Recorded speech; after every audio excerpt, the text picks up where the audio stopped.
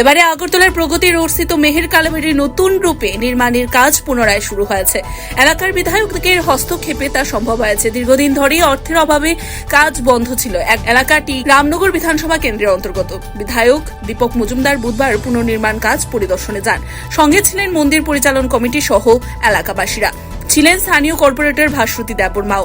অর্থের অভাবে মেহের কালীবাড়ির মন্দিরের কাজ 2 বছর যাবৎ বন্ধ ছিল। শেষ পর্যন্ত এলাকাবাসী বিধায়কের দ্বারস্থ হন। বিধায়ক দীপক মজুমদারের আর্থিক সহযোগিতায় পুনরায় কাজ শুরু হয়। এদিন তিনি মন্দিরের কাজ পরিদর্শন করেন। এই মেহের কালীবাড়ি বহু মানুষের আস্থা ও ভক্তির স্থান।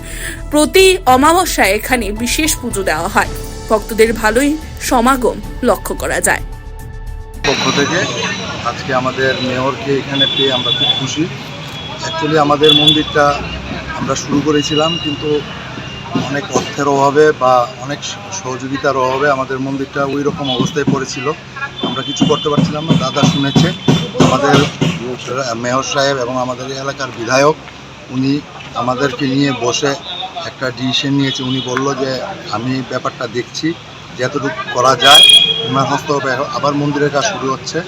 আজকে উনি পরিদর্শন করতে আমাদের মেহের কালীবাড়িতে এসছে এবং আমরা মন্দির কমিটির ওনার সাথে এই ব্যাপারটা সত্যি যাচ্ছে।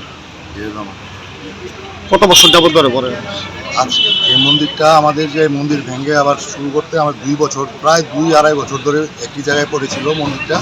এটাতে যে করব আমরা ওরকম সমর্থন ছিল না। তারপর দাদা ব্যাপারটা শুনে উনি ওনার হস্তক্ষেপে আমাদেরকে সবাইকে নিয়ে একটা রবিবারে মিটিং করে উনি ওনার সহযোগিতায় এই মন্দির এখন নির্মাণের কাজ শুরু হয়েছে। বিগত দিনে মন্দিরের মন্দিরটা অ্যাকচুয়ালি একজন বাবা উনি চলাতেন। তারপর ওনার মারা যাওয়ার পর আমাদের এই এলাকার আমরা যুবকরা এবং অভিভাবকরা মিলে এই মন্দিরটার কাজ শুরু করেছি। দীর্ঘদিনের পূজা করছি এবং প্রত্যেক অমাবস্যায় সেই কালী পূজা হয় দিন প্রহরীতে।